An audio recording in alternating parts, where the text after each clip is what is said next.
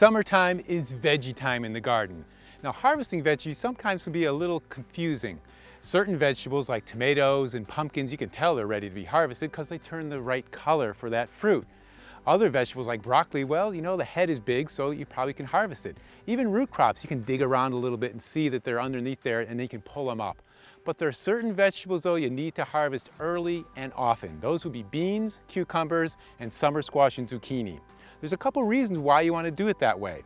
Beans, cucumbers, and summer squash and zucchini, their whole purpose in life is to produce a mature seed. So if you let that fruit get too big, it produces a mature seed and it sends a message back to the plant to not produce more fruit. So it really kind of slows down its production.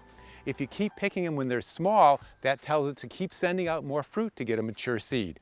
Also, those small fruit, they're really tasty and you can keep on top of the harvest. So let's go through those big three and I'll show you the different ones and when to harvest them. For zucchini, I like to harvest them when they're small and the flowers are actually still attached. If you let them get a little bit bigger like this one here, it's going to have mature seeds in them, so it's going to be seedy and a little harder to work in the kitchen. For cucumbers, anywhere between 2 to 6 inches long is ideal. If you let them get too big, they might get bitter and really tough.